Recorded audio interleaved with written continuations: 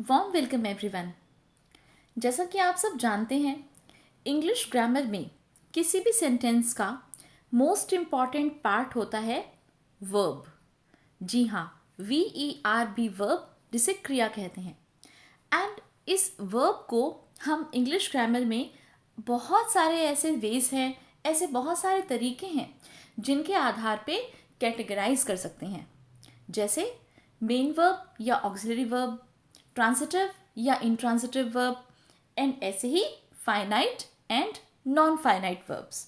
तो आज के इस लेसन में हम सीखेंगे नॉन फाइनाइट वर्ब्स के बारे में, लेकिन इससे पहले ये जान लेते हैं कि फाइनाइट वर्ब्स कौन सी होती हैं। A finite verb, sometimes called main verb, is a verb that has a subject and changes its form according to tense, number and person of the subject. They are used in tense and can be indicative of passive or active voice. For examples, I live in India. I never lived in Japan. He drives the car. They drive the car. तो चलिए समझिए finite verbs क्या हैं। Finite, जैसा कि नाम से ही पता चल रहा है, फाइनाइट का मतलब होता है सीमित, लिमिटेड।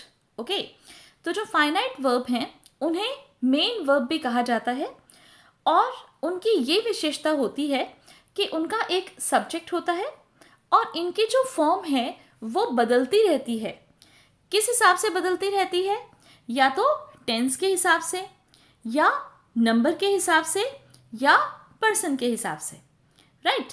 तो जो वर्ब टेंस, नंबर और पर्सन के हिसाब से लिमिटेड हो जाती है, सीमित हो जाती है, अपनी फॉर्म को बदल लेती है, उसे कहते हैं फाइनाइट वर्ब, जिसे हम कई बार मेन वर्ब भी बोल देते हैं, यानी कि मुख्य क्रिया भी बोल देते हैं। अब ये जो फाइनाइट वर्ब है, इसका यूज हम टेंस में करते हैं और साथ के साथ पैसिव या एक्टिव वॉइस में भी करते हैं। एग्जाम्पल के तौर पर आप देख लीजिए, आई लिव इन इंडिया। यहाँ लिव ये वर्ब है, ये फाइनाइट वर्ब है। कैसे? क्योंकि ये जो लिव है ये सब्जेक्ट के हिसाब से, नंबर के हिसाब से और पर्सन के हिसाब से चेंज हो जाएगा, टेंस के हिसाब से चेंज हो जाएगा। इसलिए देखिए, आई नेवर लिव्ड इन जापान। अब जैसे ही हमने आई लिव इन इंडिया यहाँ पढ़ा, तो यहाँ पर वर्ब है लिव। अब इसी वर्ब को जब हमने इस सेंटेंस में यहाँ पढ़ा तो हमने पढ़ा लिव्ड, यानी कि I never lived in Japan. तो क्या डिफरेंस हुआ? आई सब्जेक्ट सेम है, राइट? लेकिन लिव इन इंडिया ये एक प्रेजेंट टेंस का सेंटेंस है। I never lived in Japan past tense का सेंटेंस है। इसका मतलब टेंस के चेंज होते ही हमारी जो वर्ब है ये भी अपनी फॉर्म चेंज कर जाती है, तो ये से हम बोलते हैं फाइनाइट वर्ब। अगले सेंटेंसेस को देख लेते हैं। ही drives the car, they drive the car. अब ही के साथ हमने यहाँ पर वर्ब यूज की है ड्राइव्स, एंड इसी वर्ब को जब हमने दे के साथ यूज किया तो हमने इसकी फॉर्म को चेंज कर दिया और हमने लगाया दे ड्राइव। ओके, तो यहाँ पर फिर से आप देखिए ड्राइव्स और ड्राइव, क्योंकि जो सब्जेक्ट है उसके हिसाब से चेंज हो गई हैं वर्ब्स, इसलिए ये भी एग्जाम्पल हमारे किसके बनते हैं? जी हाँ, फाइनाइट वर्ब्स के। तो आई थिंक आप अब समझ गए होंगे कि फाइनाइट वर्ब्स कौन सी होती हैं। फाइनाइट वर्ब्स बेसिकली वो वर्ब्स होती हैं जो सेंटेंस में टेंस के हिसाब से, पर्सन के हिसाब से और नंबर के हिसाब से चेंज हो जाती हैं। तो ये तीन चीज़ें आपको अपने माइंड में रखनी है जब भी आप फाइनाइट वर्ब्स की बात करोगे, कि they change their forms according to the tense, number and person. चलिए अब हम बात कर लेते हैं नॉन फाइनाइट वर्ब्स की। A non-finite verb, also known as a verbal, has no subject, tense or number. It does not change its form according to the number and person of the subject. It is a verb form which is not acting like a verb. We need to form a sentence. It is a verb form which functions as a noun or an adjective or an adverb. तो non finite verbs बिल्कुल finite verb से opposite होती हैं। Just मैंने अभी आपको बताया कि जो फाइनाइट वर्ब हैं वो टेंस के हिसाब से, पर्सन के हिसाब से या नंबर के हिसाब से चेंज हो जाती हैं। तो इन तीनों चीज़ों का, टेंस का, पर्सन का और नंबर का, नॉन फाइनाइट वर्ब्स के ऊपर कोई भी असर नहीं होता। ये हमेशा ऐसे की ऐसी रहती हैं। एंड क्योंकि इनके ऊपर कोई असर नहीं होता, ये अपनी फॉर्म्स चेंज नहीं करती, इसलिए इनको वर्बल भी कहा जाता है, राइट। और ये एक सेंटेंस के अंदर एक वर्ब के रूप में काम ना करके एक नाउन, एडजेक्टिव और एडवर्ब के रूप में काम करती हैं। तो आप सोचोगे कि भी ऐसा कैसे हो सकता है कि वर्ब दिखती भी है कि ये है, लेकिन वो वर्ब की तरह से एक्ट भी नहीं करती, वो एक्ट कर रही है नाउन, एडजेक्टिव या एडवर्ब के हिसाब से। तो यही आज हमारा मेन जो टॉपिक है डिस्कशन का रहेगा, क्योंकि आज के इस लेसन में हम डिटेल में पढ़ेंगे about non finite verbs. Okay, तो पहले एग्जाम्पल से क्लियर कर लीजिए फिर से कि नॉन फाइनाइट वर्ब्स जो हैं वो बेसिकली क्या है और कैसे इनका टेंस, पर्सन या नंबर के हिसाब से इनके ऊपर कोई भी असर नहीं होता। They do not change their form according to the tense, person और number. I love reading, she loves reading.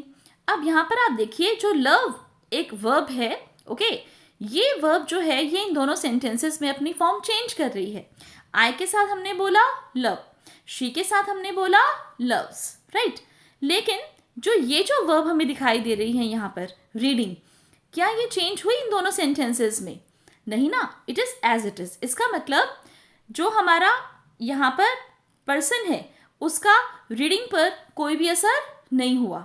इसी तरह से यहाँ पर जो हमारा पर्सन है शी, इसका भी इस वर्ब रीडिंग पर कोई भी असर नहीं हुआ। लेकिन इन पर्सन्स का हमारी जो वर्ब लव थी उसके ऊपर असर हुआ। इसका मतलब यहाँ पर लव या लव्स जो है वो तो है हमारा फाइनाइट वर्ब और रीडिंग है हमारा नॉन फाइनाइट वर्ब। एक और एग्जाम्पल देख लीजिए। I advise all to learn English, he advises all to learn English. अब आई के साथ हमने यूज किया एडवाइज जो कि एक फाइनाइट वर्ब है, ही के साथ भी हमने यूज किया एडवाइजेज जो कि अगेन एक फाइनाइट वर्ब है। लेकिन दोनों ही सेंटेंसेस में टू लर्न जो है वो नॉन फाइनाइट वर्ब है, क्योंकि टू लर्न फर्स्ट सेंटेंस में भी एज इट इज है, I advise all to learn English, he advises all to learn English. तो इस तरह से हमने देखा कि रीडिंग का इन फर्स्ट टू सेंटेंसेस में और टू लर्न का इन दोनों नेक्स्ट सेंटेंसेस में कोई भी फॉर्म चेंज नहीं हुई अकॉर्डिंग टू एनीथिंग। ओके, अगर आप टेंस की बात भी करोगे या नंबर की बात भी करोगे, पर्सन का तो एग्जाम्पल मैंने यहाँ पर मेंशन कर ही दिया है, तो इन तीनों ही चीज़ों का नॉन फाइनाइट वर्ब्स के ऊपर कोई भी असर नहीं होता। एंड इसीलिए आप समझ सकते हो इसके मीनिंग से भी, लिटरल जो इसका मीनिंग है नॉन फाइनाइट यानी कि असीमित, अनलिमिटेड, ओके, कि इनके ऊपर कोई ये लिमिट हम इसमें डाल ही नहीं सकते। दे आर जैसे वो है वैसे ही रहेंगे, they are as it is, okay, they do not change their form according to anything like tense, person और नंबर। आई होप आपको फाइनाइट वर्ब्स और नॉन फाइनाइट वर्ब्स के बीच में डिफरेंस क्लियर हुआ होगा एंड साथ के साथ आपको ये भी पता चल गया होगा कि नॉन फाइनाइट वर्ब्स क्या हैं। ये ऐसी वर्ब्स हैं जिनके ऊपर टेंस, पर्सन या नंबर का कोई भी असर नहीं होता, ये कभी भी अपनी फॉर्म्स चेंज नहीं करती और ये एक सेंटेंस में ऐसा लगता है कि वर्ब की तरह से काम कर रही हैं, लेकिन ये वर्ब की तरह से बिल्कुल भी काम नहीं करती। ये काम करती हैं नाउन, एडजेक्टिव या एडवर्ब की तरह से। एंड इसीलिए आगे हम इसको अब डिटेल में डिस्कस कर रहे हैं। अब हम आ जाते हैं टाइप्स पर, types of non finite verbs.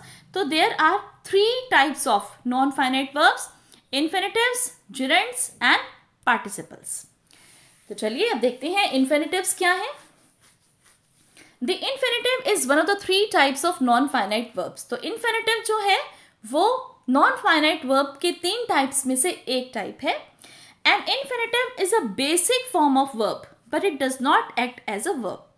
अब infinitive जो है वो basic form है verb की, means first form of verb जो है वो infinitive है, लेकिन ये sentence में verb की तरह से काम नहीं करेगा, right? It is usually used with to plus verb. और जो infinitive है उसकी form क्या रहती है ज़्यादातर? to plus verb की first form या to plus verb बोल देंगे इसे। It can be used without to also. दूसरी फॉर्म क्या रहेगी इन्फिनिटिव की कि ये केवल अकेली जब वर्ब हम यूज करते हैं, वर्ब की फर्स्ट फॉर्म हम केवल यूज करते हैं, उसके आगे हम टू प्रेपोजिशन को ऐड नहीं करते, तो that is called bare infinitive. तो infinitive form with to is called full infinitive और to infinitive, and infinitive form without to is called bare infinitive. तो इस तरह से हमने यहाँ पर केवल ये डिस्कस किया है कि इन्फिनेटिव की फॉर्म्स कौन कौन सी होती हैं। इन्फिनेटिव की फॉर्म्स दो होती हैं, टू प्लस वर्ब की first form that is to infinitive and only verb की first form that is bare infinitive, या verb without to is called bare infinitive. तो इन्फिनेटिव विथ टू और विदाउट टू, चाहे to के साथ यानी कि टू इन्फिनेटिव की बात कर लीजिए या बिना टू के मीन्स बेयर इन्फिनेटिव की बात कर लीजिए, एक्ट्स एज नाउन, एडजेक्टिव और एडवर्ब। ये नाउन की तरह से, एडजेक्टिव की तरह से और एडवर्ब की तरह से काम करेगी, लेकिन ये वर्ब की तरह से काम नहीं करेगी and does not act as a verb. Since infinitive does not act as a verb, we cannot add s or es or ed or ing to its end and it remains unchanged with any tense or with any number or person of subject. तो हम यहाँ पर केवल verb की base form, verb की first form को ही use करेंगे। Infinitives का यूज करते समय हम वर्ब की फर्स्ट फॉर्म में या बेस फॉर्म में किसी भी तरीके से S E S E D I N G कुछ भी ऐड नहीं करेंगे, क्योंकि देखा जाए तो बेसिकली ये जो इन्फिनेटिव है ये सेंटेंस में वर्ब की तरह से एक्ट ही नहीं कर रहा। ओके तो इसलिए सिर्फ जो वर्ब की बेस फॉर्म है हम इसको बस वही ऐसा का ऐसा यूज करेंगे। उसके आगे कई बार हम टू लगा देते हैं तो बच जाता है टू इन्फिनेटिव, और जब हम नहीं लगाते तो वो बन जाता है बेयर इन्फिनेटिव। अब इसी बात को यहाँ पर मेंशन किया गया है, देखिए The definition of infinitive highlights mainly 2 points. Infinitive verb form does not change according to tense and number and person of subject, and instead of acting as a verb, infinitive acts as a subject or noun or adjective or adverb. तो ये verb की तरह से काम नहीं करता और इसके ऊपर tense का, number का या person का कोई असर नहीं होता, बल्कि ये तो subject या noun या adjective या adverb के रूप में काम करता है। Now let's understand both the points by seeing the examples. अब देखिए सबसे पहले मैं आपको बताती हूँ कि infinitive verb जो है वो चेंज नहीं होती। ओके कैसे चेंज नहीं होती, देखिए यहाँ पर हम टू infinitive की बात कर रहे हैं। सेंटेंस देखिए, I like to serve patients। अब यहाँ पर like जो है ओके इसे आप ध्यान दीजिएगा, like यहाँ पर मेन वर्ब है और to serve यहाँ पर infinitive है। She likes to serve patients, likes main verb है, टू सर्व इन्फिनेटिव है। तो यहाँ पर लाइक जो है वो चेंज हो रहा है, राइट, लेकिन टू सर्व हमारा एज इट इज है। सेम चीज नेक्स्ट टू सेंटेंसेस में भी आप देखोगे, he has like to serve patients, यहाँ पर हैज लाइक्ड ओके, और टू सर्व हमारा इन्फिनेटिव है। Then they are liking to serve patients, are liking main verb है और टू सर्व हमारा इन्फिनेटिव है। Similarly we earn to spend, he earns to spend, they have earned to spend, she is earning to spend।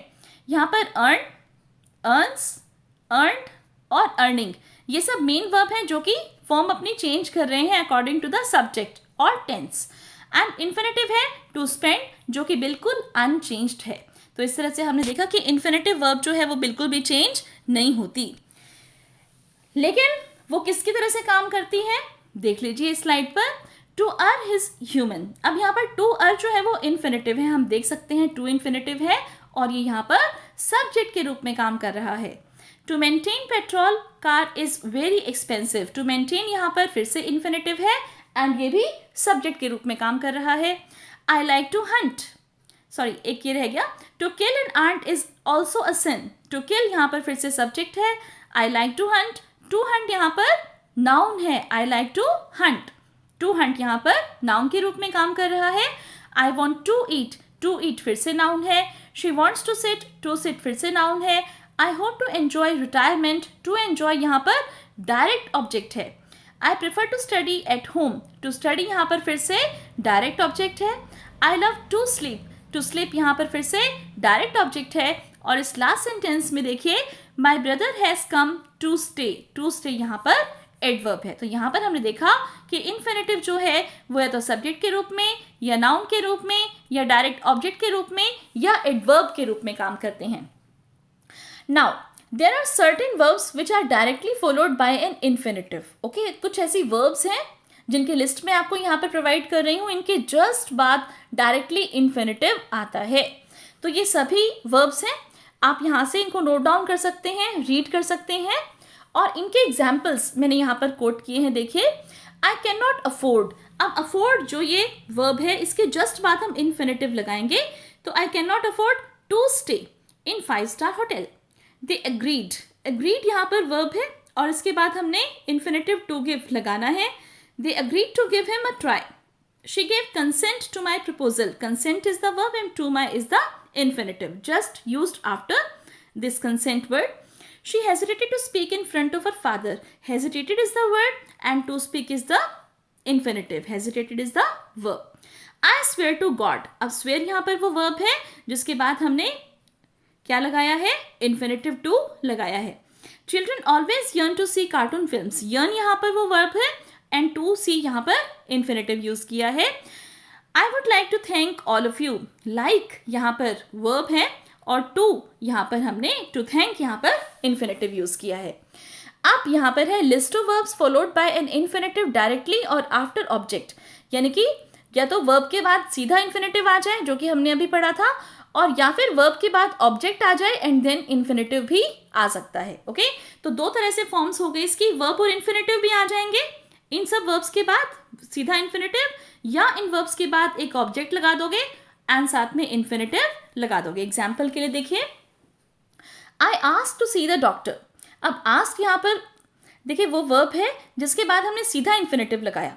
अब मैंने आपको बताया कि ask के बाद हम ऑब्जेक्ट लगा के भी इन्फिनेटिव लगा सकते हैं। कैसे? द डॉक्टर आस्क हर, यहाँ पर ये ऑब्जेक्ट है her, to go for a walk daily in the morning. I intend to buy a new car. Avani intends Vartika to take leave. अब इंटेंट इज द वर्ब, इसके बाद सीधा जब हमने इन्फिनेटिव लगाया तो आ गया I intend to buy a new car, and Avani intends Vartika, यहाँ पर ऑब्जेक्ट लगा के हमने इन्फिनेटिव यूज किया टू टेक। इंटेंट्स वर्ब है, वर्तिका यहाँ पर ऑब्जेक्ट है और टू टेक यहाँ पर इन्फिनेटिव है। सिमिलरली बाकी एग्जाम्पल्स में भी ये चीज मेंशन की हुई है। देखिए, he is expecting to receive his appointment letter today. He is expecting me to plan a foreign tour. यहाँ हमने without object expecting to receive use किया, यहाँ पर हमने with object me, यहाँ पर object है expecting me to plan, हमने object के साथ infinitive use किया। I hate to work with corrupt people. I hate her to trouble me. hate के बाद हमने directly infinitive लगा दिया and यहाँ पर हमने hate के बाद एक object use किया है her and then to infinitive use किया है। List of verbs followed by an infinitive after object. अब यहाँ पर स्ट्रिक्टली क्या होगा कि वर्ब के बाद हम ऑब्जेक्ट लगाएंगे ही लगाएंगे एंड देन इन्फिनेटिव को यूज करेंगे। I advised him to be at home. He enabled him to clarify his point. I encourage all to learn English. I will train you to operate this machine. I am warning you not to repeat that word again. I will watch the guards to perform their duty sincerely. So these are the verbs: advised, enabled, encouraged, train, warning, watch. Okay? And इसके बाद हमने object लगाया him, all. Okay? You, the guards. And then हमने infinitives use किए to be, to clarify, to learn, to operate, to repeat and to perform. अब हम बात कर लेते हैं बेयर इन्फिनेटिव की। बेयर इन्फिनेटिव आपको पता ही है इसकी फॉर्म क्या होती है। Infinitive form without to is called bare infinitive. Bare infinitives without to are used in the following situations. तो बेयर इन्फिनेटिव जो है वो कब कब यूज होते हैं, बहुत इंपॉर्टेंट है इसका यूसेज, आप बहुत ध्यान से पढ़ेंगे, नोट डाउन भी करेंगे साथ के साथ अपनी बुक्स में। हमेशा याद रखिएगा कि जो बेयर इन्फिनेटिव है वो मॉडल्स के बाद यूज होते हैं। May, might, can, could, will, would, shall, should, must, need, dare. Okay, models पर एक सेपरेट वीडियो मैंने ऑलरेडी बनाया है, आप चैनल पर जाकर प्लेलिस्ट में क्लिक करके देखेंगे ग्रामर की लिस्ट में, तो आपको मॉडल्स पर सेपरेट वीडियो मिल जाएगा। बेयर इन्फिनेटिव मॉडल्स के साथ यूज होता है, राइट, यानी कि मॉडल्स के जस्ट बाद हम वर्ब की फर्स्ट फॉर्म, बेस फॉर्म को ही यूज करते हैं, उसके साथ कोई टू वगैरह नहीं लगता। लेकिन यहाँ पर एक एक्सेप्शन है, देखिए एक्सेप्शन क्या है। Bare infinitive is not used after two models और to and use to. Two models, these need and dare, are semi-models. Both can be used as an ordinary verb also. When need and dare are used as ordinary verb, to plus infinitives comes after them. तो एक तो ought to और used to के बाद हम bare infinitive नहीं लगाएंगे। और जो हमारे ये दो और मॉडल्स हैं, need और dare, need और dare ये सेमी मॉडल्स हैं, इसके बाद भी हम टू और इन्फिनेटिव लगाएंगे जब एक ऑर्डिनरी वर्ब के रूप में यूज हो रहे हैं। कौन कौन से? नीड और डेयर। तो ये एक्सेप्शंस का ध्यान आप रखेंगे बेयर इन्फिनेटिव यूज करते समय। अब कुछ और ऐसी वर्ब्स हैं जहां पर बेयर इन्फिनेटिव यूज होता है उनकी एक्टिव फॉर्म में. वो वर्ब्स हैं let, make, see, hear, feel, help, watch, observe, overhear, notice, etc. 2 plus infinitive comes in the passive voice form of the above verbs except verb let. Bare infinitive is used in the passive voice form of let also. अब जैसा कि मैंने आपको बताया कि bare infinitive हम इन सब verbs के साथ यूज करेंगे. इन सब की जो पैसिव वॉइस बनाएंगे हम, ओके, ये एक्टिव वॉइस में यूज होंगे हम डायरेक्टली बेयर इन्फिनेटिव के साथ. एंड 2 प्लस इन्फिनेटिव हम लगाएंगे इसकी पैसिव फॉर्म में. ओके, केवल लेट को छोड़ दीजिए. लेट जो है उसकी पैसिव वॉइस में कन्वर्ट करते समय भी लेट वाले सेंटेंसेस को हम बेयर इन्फिनेटिव ही यूज करेंगे. एग्जाम्पल्स देख लीजिए. CBI may investigate, may model हो गया हमारा, investigate bare infinitive. Might not, okay, he might not come. She will not dance, he would talk, I saw him come. I heard her sing in the bathroom, I felt her touch, let him speak. तो यहाँ मे, might, will, would, ये सब models के examples हैं. इनके just बाद bear infinitive means verb की first form use हुई है. ओके, देखिए इन्वेस्टिगेट, कम, डांस, टॉक, ये सब वर्ब की फर्स्ट फॉर्म है. अब ये जो बाकी वर्ब्स हैं उनके एग्जाम्पल हैं. जैसे सॉ के साथ हमने कम, फिर से बेयर इन्फिनेटिव यूज किया. हर्ड के साथ मीन्स हियर वर्ब है, हर्ड के साथ हमने यहाँ पर सिंग बेयर इन्फिनेटिव को यूज किया. फिर टच बेयर इन्फिनेटिव है आपका, जो कि फील यानी कि फेल्ट के साथ यूज हुआ है. एंड लेट के साथ भी मैंने आपको बताया कि बेयर इन्फिनेटिव यूज होता है, चाहे आप एक्टिव वॉइस की बात कर लो चाहे पैसिव की. अब हम आ जाते हैं हमारे नेक्स्ट टाइप का, जो कि नॉन फाइनाइट वर्ब का दूसरा टाइप है, that is the gerund. The gerund is one of the 3 types of non finite verbs. अभी हमने इन्फिनेटिव्स डिस्कस किए, अब हम जिरंड को समझेंगे. जिरंड्स क्या है? A gerund is a kind of noun that does not act as a verb. अब देखिए जिरंड जो है बेसिकली वो एक नाउन है और वो वर्ब के रूप में काम नहीं करता. A gerund is a verbal noun और इसलिए हम इसको बोलते हैं verbal noun. We make by adding ing at the end of the verb. Form क्या है जिरंड की? जिरंड की फॉर्म होती है वर्ब की first form plus ing. Any verb can be made into a gerund. For example, verb look and gerund क्या बन जाएगा इसका? ing ऐड कर दीजिए वर्ब लुक में, looking. A gerund has the force of a noun and a verb. तो ये एक नाउन के रूप में भी काम करता है, नाउन के रूप में तो काम करता ही है, एंड पार्शियली ये वर्ब की तरह से भी काम करता है. Gerunds are noun and can function in the sentence as subject. ये नाउन्स होते हैं और या तो ये सब्जेक्ट के रूप में काम करेंगे या ऑब्जेक्ट के रूप में. मैंने पार्ट्स ऑफ स्पीच वाले अपनी वीडियो में अच्छे से डिटेल में डिस्कस किया था कि नाउन जो है बेसिकली वो क्या काम करता है. तो या तो वो सब्जेक्ट होता है या वो ऑब्जेक्ट होता है. यहाँ मैं आपको बता रही हूँ कि जिरंड जो है वो नाउन होता है, तो इसका मतलब नेचुरल सी बात है कि जिरंड जो है वह तो सब्जेक्ट के रूप में काम करेगा या ऑब्जेक्ट के रूप में, या सब्जेक्ट कॉम्प्लीमेंट के रूप में, या ऑब्जेक्ट्स ऑफ प्रेपोजिशन के रूप में. In other words, a gerund can perform any action in the sentence that a noun ordinarily can function. तो एक सेंटेंस में gerund वो सब काम करेगा जो कि उस सेंटेंस में कोई भी नाउन करता है. तो देख लेते हैं gerund के यूज क्या हैं. gerund as subject.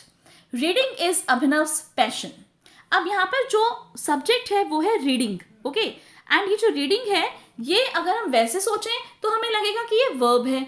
ओके, लेकिन यहाँ पर ये एक एक्टिविटी का नाम है. नाम का मतलब, नेम का मतलब नाउन. ओके, तो यहाँ पर रीडिंग क्या हो गया आपका? नाउन. इसलिए रीडिंग जो है यहाँ पर एक सब्जेक्ट है. अब आप देखिए कुछ और एग्जाम्पल्स हैं.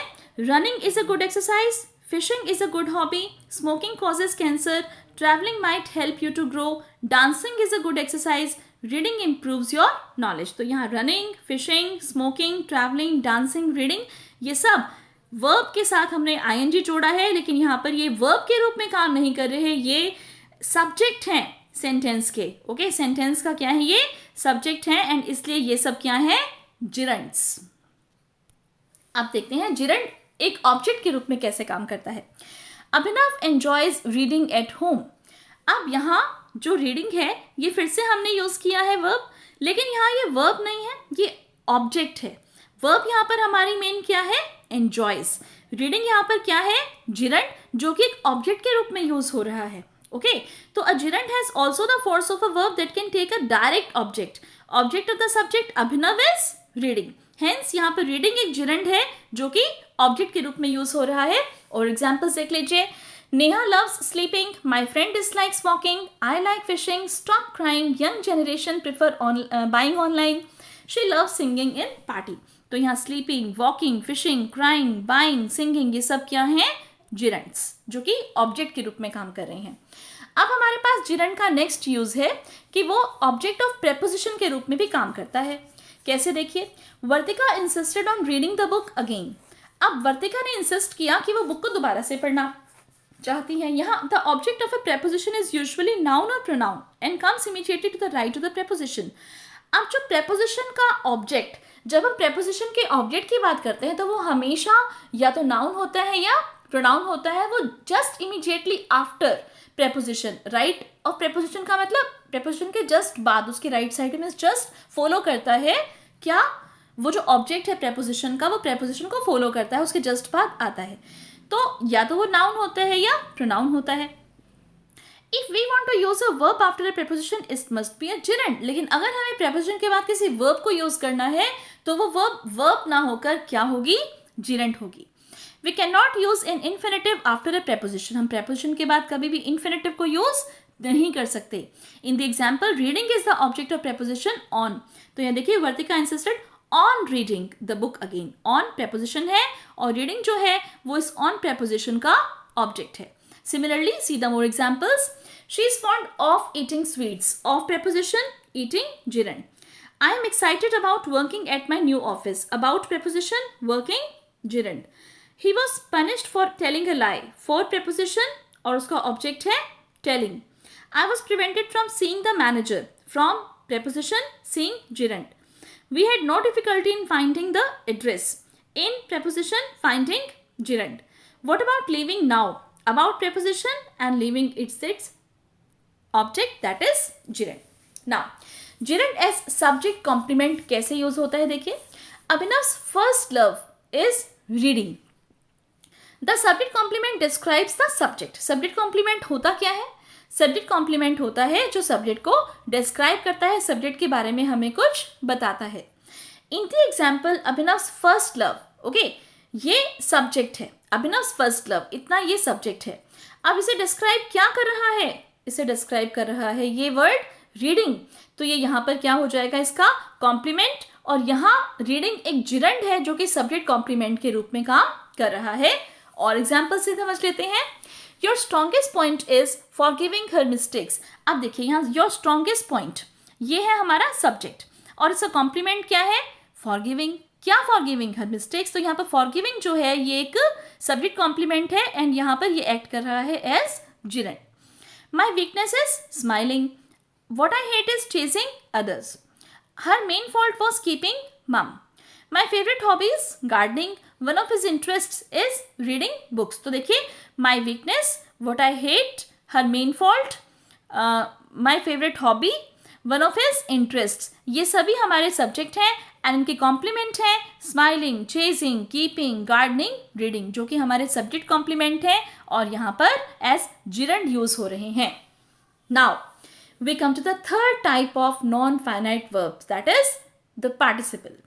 देखिए, पार्टिसिपल क्या है? अब तक हमने इन्फिनेटिव समझ लिया, हमने जिरंड समझ लिया, हमने इन्फिनेटिव के यूसेज समझे, उसकी फॉर्म समझी, हमने जिरंड्स के बारे में समझा कि वो नाउन होता है बेसिकली एक सेंटेंस में और नाउन की तरह से काम करता है, अलग अलग फंक्शंस भी उनको डिटेल में पढ़ा, राइट।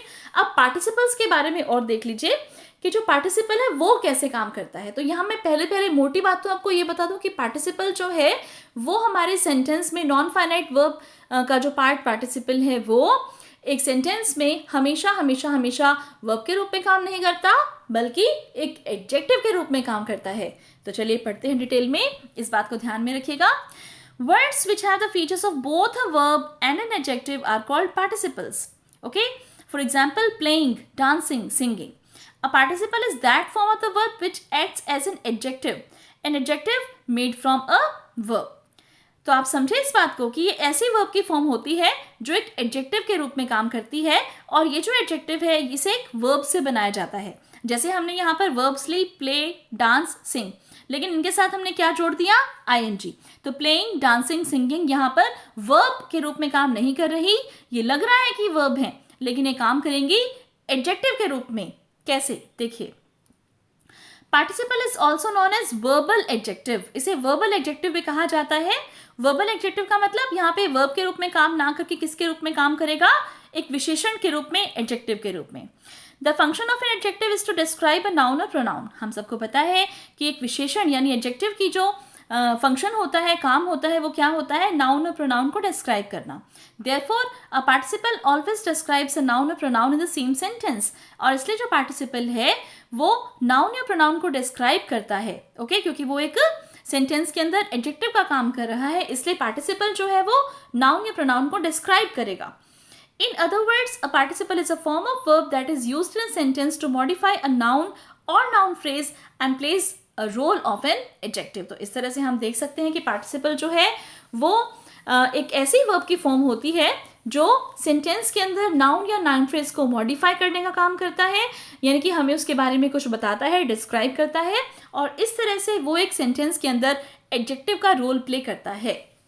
तो words having features of verb plus adjective is called participle. Verb plus adjective is equal to participle. Look at the examples. It is an interesting story. It is a boring movie. In the above sentences, words interesting and boring are made from verbs interest and bore, respectively. In the first sentence, word interesting is defining the noun story, and in the second sentence, boring is defining the noun movie. Therefore, both the words interesting and boring are acting as adjective. तो आप यहाँ easily देख सकते हो, बहुत clear examples हैं ये participle के। It is an interesting story, यहाँ पर जो वर्ड इंटरेस्टिंग है ये किसके लिए यूज हुआ है, ये एक वर्ब की तरह से काम नहीं कर रहा, हमारा मेन वर्ब तो यहाँ पर इज रहेगा, राइट। और स्टोरी, ये स्टोरी को डिफाइन कर रहा है कि स्टोरी जो है वो इंटरेस्टिंग है, तो इसका मतलब इंटरेस्टिंग जो एक वर्ब लग रही है हमें, ये एक्चुअली वर्ब नहीं है, ये एक एडजेक्टिव है, because it is describing story, it is defining story. Similarly it is a boring movie, यहाँ पर बोरिंग जो ये वर्ब है ये किसे डिस्क्राइब कर रही है, मूवी को, राइट। तो यहाँ पर बोरिंग जो है वो एक वर्ब के रूप में काम ना करके एक एडजेक्टिव के रूप में काम कर रहा है, इसलिए इंटरेस्टिंग और बोरिंग यहाँ पर पार्टिसिपल्स हैं। अब देखिए पार्टिसिपल्स जो है वो भी तीन तरह के होते हैं, present participle, perfect participle and past participle. सबसे पहले प्रेजेंट पार्टिसिपल समझ लीजिए, इसकी फॉर्म क्या होती है, कैसे लिखते हैं हम प्रेजेंट पार्टिसिपल को। तो जो फॉर्म है प्रेजेंट पार्टिसिपल की वो रहेगी इन्फिनेटिव वर्ब और आईएनजी। इन्फिनेटिव वर्ब का मतलब यहाँ पर वर्ब की फर्स्ट फॉर्म, तो आप ये देखिए first form of verb plus ING, ये आपका बन जाता है present participle, first form of verb and ING. Run के साथ आईएनजी जोड़ दिया, रनिंग, फिर वर्ब के साथ आईएनजी जोड़ दिया, वर्किंग, गो के साथ आईएनजी जोड़ दिया, गोइंग। प्रेजेंट पार्टिसिपल शोज क्या काम करता है प्रेजेंट पार्टिसिपल, एन अनफिनिश्ड और कंटिन्यूअस एक्शन, कि ऐसा एक्शन जो पूरा नहीं हुआ है, अधूरा रह गया है या अभी चल रहा है, ऐसे एक्शन को शो करेगा, एंड साथ के साथ ये एडजेक्टिव तो होगा ही। It is an interesting news, that was a boring movie, I like dancing doll, this is a moving train. तो ये इस तरह से अपने सब्जेक्ट को डिफाइन करता है, नाउन को डिफाइन करता है कि वो जो काम है वो अभी भी चल रहा है। एक और एग्जाम्पल देखिए, I see a girl holding a bouquet, okay, I see a girl holding a bouquet, मैं एक लड़की को देखता हूँ, ओके, जिसने एक बुके पकड़ रखा है, राइट। तो अभी भी वो जो काम है वो हो रहा है। This is a moving train, okay, जो ट्रेन है वो चल रही है। The boy is smiling, loudly knocking at the gate, she demanded keys. तो यानी कि जो भी हम एक्शन की बात कर रहे हैं यहाँ पर, वो कुछ एक्शन जो है वो चल रहा है, एंड यहाँ पर हम प्रेजेंट पार्टिसिपल यूज करते हैं by adding ING to the verb, right. तो ये आपका प्रेजेंट पार्टिसिपल के बारे में है। फिर हम देख लेते हैं पास्ट पार्टिसिपल क्या होता है। पास्ट पार्टिसिपल की फॉर्म आप सबको वैसे पता भी होगी, very simple, third form of verb को हम पास्ट पार्टिसिपल कहते हैं, ये इसकी फॉर्म है basically. Work, broken, made, learn, stolen, ये सब इसके एग्जाम्पल्स हैं। कब यूज करते हैं पास्ट पार्टिसिपल देख लीजिए। पास्ट पार्टिसिपल इंडिकेट्स पास्ट और कंप्लीटेड एक्शन और टाइम। तो पास्ट पार्टिसिपल जो है वो कंप्लीटेड एक्शन को या कंप्लीटेड टाइम को इंडिकेट करता है। It is used to represent actions completed in past and not continuing in present. कोई काम हुआ, खत्म हो गया, ओके, उसके बाद अब वो कंटिन्यूड नहीं है, तो हम पास्ट पार्टिसिपल यूज करते हैं। जैसे he has delivered a good speech, she had not read my letter, I have learned English. ये सब जो काम है इसमें हमने वर्ब की थर्ड फॉर्म को यूज किया है, these all have been finished, completed. Okay, तो यहाँ पर हमने पास्ट पार्टिसिपल यूज किया, डिलीवर्ड, रेड, लर्न, ये सभी जो है पास्ट पार्टिसिपल को दिखा रहे हैं। फिर है हमारा परफेक्ट पार्टिसिपल। अब परफेक्ट पार्टिसिपल की फॉर्म क्या होगी, having plus past participle. Okay, तो हैविंग प्लस पास्ट पार्टिसिपल यानी कि पास्ट पार्टिसिपल का मतलब आप समझते ही हो, yes, third form of verb. Having done, having worked, having made. When one action is fully completed in the near past and then another action is started or stated to be completed, perfect participle is used. तो एक action जो था वो complete हो गया past में और उसके जस्ट बाद जो है दूसरा एक्शन स्टार्ट हो गया, तो वहां पर हम परफेक्ट पार्टिसिपल का यूज करते हैं। तो यहाँ पर यानी कि हम दो एक्शंस की बात करेंगे, राइट। तो देखिए example, having improved his English pronunciation he has increased the probability of his promotion। तो एक तो काम कंप्लीट हो गया, क्या, having improved his English pronunciation, right? और दूसरा काम क्या है, he has increased the probability of his promotion। Having drafted the mail, he showed it to his boss। Having played a gamble, he lost everything। Having rested, he continued hard work। तो इस तरह से इन सभी sentences में हमने आप ये देख सकते हो कि परफेक्ट पार्टिसिपल यूज किया है, क्योंकि एक एक्शन जो है वो आपका पास्ट में कंप्लीट हो चुका है और फिर उसके बाद दूसरा काम शुरू हुआ है। अब एक और आपको मैं इंपॉर्टेंट बात नॉन फाइनाइट वर्ब्स के बारे में बताना चाहती हूँ। बेसिकली इसके जो है 3 टाइप्स हैं। इसमें जो जेरंड, एक तो हमने फॉर्म ली और एक हमने ली इसकी प्रेजेंट पार्टिसिपल की फॉर्म। ओके, इन दोनों में कई बार कंफ्यूजन हो जाता है। क्यों कंफ्यूजन होता है, देखिए, क्योंकि इनकी जो फॉर्म है वो दोनों की सेम है, राइट। तो क्या फॉर्म है जिरेंड की और प्रेजेंट पार्टिसिपल की, बताइए। यस, जिरेंड और प्रेजेंट पार्टिसिपल दोनों की जो फॉर्म है वो है वर्ब की फर्स्ट फॉर्म एंड आईएनजी। तो इसलिए कई बार ये लगता है कि ये जिरेंड है या पार्टिसिपल है। तो देखिए इसमें जो बेसिक जो डिफरेंस है वो ये रहेगा, आप कभी भी कंफ्यूज मत होना जिरेंड में और प्रेजेंट पार्टिसिपल में, क्योंकि इनका बेसिक डिफरेंस ये रहता है कि जो जिरेंड है आपका वो एक सेंटेंस के अंदर नाउन का काम करेगा। ओके, नाउन का काम करेगा सब्जेक्ट के रूप में, ऑब्जेक्ट के रूप में, सब्जेक्ट कॉम्प्लीमेंट के रूप में, ओके, ऑब्जेक्ट के रूप में। लेकिन जो पार्टिसिपल है आपका, जो वर्ब की फर्स्ट फॉर्म और आईएनजी हमने प्रेजेंट पार्टिसिपल की फॉर्म पढ़ी है, वो हमेशा हमेशा और हमेशा आपका एडजेक्टिव के रूप में काम करेगा। वो आपके नाउन को या प्रोनाउन को डिफाइन करने का काम करेगा, राइट। तो इसलिए जिरेंड और पार्टिसिपल में कभी भी आप कंफ्यूज मत होना। Present participles are often confused with gerunds because their formation is same, that is verb plus ing. However, the use of it makes difference. A gerund is used as noun, whereas participle is used to describe noun or pronoun. A participle is very different from gerund. While a gerund acts as a noun, a participle acts as an adjective. The function of adjective is to describe noun or pronoun. Therefore, a participle always describes a noun or pronoun in the same sentence. तो यही बात मैंने आपको बतानी थी, और इसे हमने वर्बल एडजेक्टिव भी बोला था पार्टिसिपल को, आपको याद होगा। और ये हमारा वर्बल नाउन होता है। जिरेंड क्या होता है, वर्बल नाउन, क्योंकि ये नाउन की तरह से काम करता है, वर्ब की तरह से नहीं करता। और जो पार्टिसिपल है आपका वो वर्बल एडजेक्टिव होता है, क्योंकि वो वर्ब की तरह से काम नहीं करता और एक एडजेक्टिव की तरह से काम करता है। ये सब एग्जाम्पल्स हैं इसी चीज़ के जो क्लियर कर रहे हैं कि कब जो आपका वर्ब की फर्स्ट फॉर्म और आईएनजी है वो जिरेंड के रूप में काम कर रहा है और कब ये एक पार्टिसिपल के रूप में काम कर रहा है। देखिए, I enjoy working with my colleagues, यहाँ वर्किंग एक जिरेंड के रूप में काम कर रहा है, which is acting as noun. We have good working force in our factory, यहाँ वर्किंग एक पार्टिसिपल के रूप में काम कर रहा है, which is describing noun force. Okay, running is a good exercise, running यहाँ पर एज जिरेंड काम कर रहा है, which is acting as noun. The award was given to the best running dog, यहाँ पर running एक पार्टिसिपल के रूप में काम कर रहा है, which is describing the noun dog. Saving gives you strength during your rainy days, तो यहाँ saving एक gerund के रूप में काम कर रहा है, that is acting as noun. Bank has declared new saving schemes, यहाँ पर saving पार्टिसिपल के रूप में यूज हुआ है, which is acting as describing noun schemes. Crying only may not get you justice, crying यहाँ पर as gerund यूज हुआ है, which is acting as noun. The justice was granted to the crying girl, crying यहाँ पर adjective के रूप में use हुआ है, hence it is participle here. अब जो कुछ भी आपने पढ़ा है, समझा है, उसके बेसिस पर मैंने एक एक्सरसाइज आपको यहाँ पर सॉल्व करने के लिए दी है, आप इसे सॉल्व करने की कोशिश कीजिए।